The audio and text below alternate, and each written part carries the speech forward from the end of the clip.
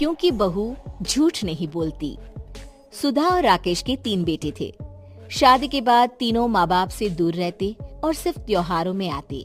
माँ जी, पिताजी, अगली बार आप लोग हमारे घर आइएगा। अरे नहीं बहू, सब यहीं आ जाते हैं तो घर खिला खिला लगता है। हाँ बहू, तू हमेशा बुलाती है तो जरूर आएंगे तेरे पास भी। हाँ हाँ, दीदी का घर बड़ा जो है, सब कुछ आपने शादी के बाद दीदी को ही तो दे दिया था। हमें भी दिया होता तो हम भी बड़ा घर लेते। क्यों सुनील? अरे नहीं नहीं, पापा ने सबको एक बराबर ही दिया है। छोटी बहू, क्या चाहिए तुम्हें, बोलो। वो आपके सोने की चेन वाली घड़ी है ना, वो अगर आप मुझे। तभी वहाँ मजली बहू भी आ जाती है। और मुझे ना आपका मंगलसूत्र कितना लंबा, सुंदर और भारी भी है। अरे हाँ हाँ, तुम दोनों को ही दूंगी बहू, चिंता न करो। चलो अब खाना लगाओ, खाना खाया जाए। सभी मिलकर खाना खाते हैं कि पड़ोसन आ जाती है। अरे सुधा बहन, थोड़ी चीनी तो देना, घर में शक्कर नहीं है और मेहमान सर पर बैठे हैं। अरे छोटी बहू, चाची को शक्कर तो दे दो। अरे मजली दीदी, आप दे दीजिए ना, मैं यहाँ कम आती हूँ तो मुझे पता ही नहीं है कि सासू माँ सारी चीजें कहाँ रखती है। और तुम, मैं कौन सा यहाँ रोज शक्कर फाँकने के लिए आती हूँ, मुझे भी नहीं है पता। तभी बड़ी बहू हाथ में चीनी की कटोरी लेकर आती है। चाची, शक्कर आप लोगों का बड़ा सहारा है माँ जी और पिताजी को, वरना हम लोग तो यहाँ रहते ही नहीं।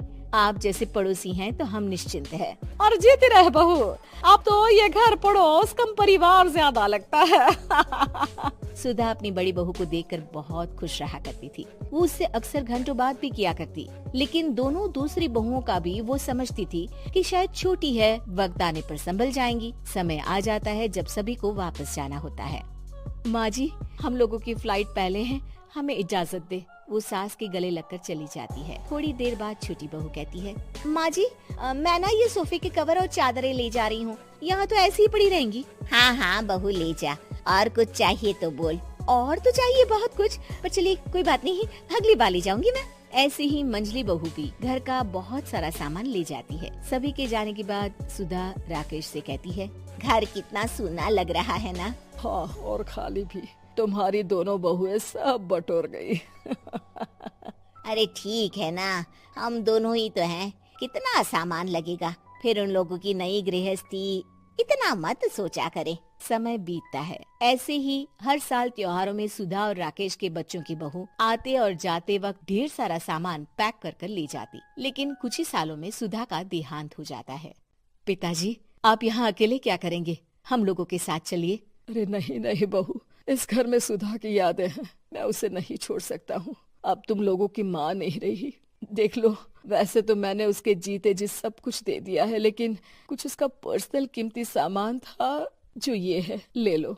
सामान में होती है एक घड़ी और एक मंगलसूत्र। माँ जी ने कहा था कि वो ये घड़ी मुझे देंगी। हाँ हाँ पिताजी, माँ ने सबके सामने ये घड़ी सरिता को देने के लिए कहा था। उठा लो सरिता माँ की घड़ी। अब क्या था, छोटी बहू फट से घड़ी उठा लेती है। और पिताजी, ये मंगलसूत्र तो माँ ने मुझे ही देने को कहा था, याद है ना? वो सभी की ओर इशारा करती है। तू भी ले ले ये हार बेटा, कोई बात नहीं। मंजली फटाक से हार उठा लेती है। ससुर बड़ी बहू की तरफ देखते हैं। तुझे क्या दूं बेटा? पिताजी, माँ ने एक चीज मेरे लिए भी रखी है। सभी के कान खड़े हो जाते हैं कि आखिर सास ने क्या रखा होगा बड़ी के लिए। अरे माँ जी तो दीदी से प्यार भी ज्यादा ही करती थी, हमेशा उनसे बात किया करती। जरूर कोई बड़ी और अपनी प्रिय चीज दी होगी दीदी को। और देख लेते हैं ना, वरना तो हम भी बराबर का बंटवारा करेंगे। हाँ हाँ, कर लेना बंटवारा। लेकिन बड़ी बहू बताओ तो, सुधा ने क्या रखा है तुम्हारे लिए? अभी तो हम लोग यही हैं पापा जी, जब जाने लगेंगे तो बता दूंगी। बड़ी बहू के मुंह से ये बात सुनकर बाकी दो बहुएं सोचने लगती हैं कि आखिर क्या है जो दीदी को सासू माँ देकर गई हैं। दीदी, ऐसा तो नहीं ना कि पूरे घर का आधा हिस्सा माँ बड़ी भाभी को देकर गई हो? तभी वहाँ ससुर आ जाते हैं। नहीं नहीं, ऐसा कुछ नहीं है। मकान तो तुम तीनों का बराबर से है। देखो, बड़ी बहू से तुम्हारी सास ज्यादा जुड़ी थी, न जाने क्यों घंटों बात किया करती थी। पता नहीं क्या देकर गई है उसे। और ससुर जी, आपको क्या पता, चालाकी से पूरे घर के पेपर में साइन करवा लिए हो, या फिर कोई छुपा गहना। आखिर मकान पूरा तो आपने सासू माँ के नाम ही कर रखा था ना। अब घर में ये सस्पेंस बन जाता है कि आखिर बड़ी बहू क्या लेकर जाएगी। फिर वो दिन भी आ जाता है जब बड़ी बहू के जाने का समय हो जाता है। बेटा, परसों तुम चली जाओगी, बताया नहीं, माँ ने तुम्हें क्या दिया?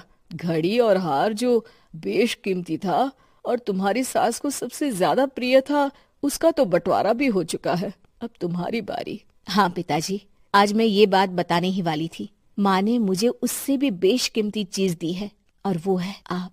आपसे अधिक प्रिय उन्हें कुछ नहीं था। माँ चाहती थी कि आप मेरे साथ रहें। चलिए पिताजी। बेटा, मेरे पास तो कोई पेंशन भी नहीं है और ना ही कोई प्रॉपर्टी। लेकिन आपके पास संस्कार है पिताजी, जो मेरे बच्चे आपसे लेंगे, तो आपको ले जाने पर स्वार्थ ही है मेरा। चलिए ना पापा। सभी के सामने पिताजी बड़ी बहू और बेटे के साथ उनके घर चले जाते हैं।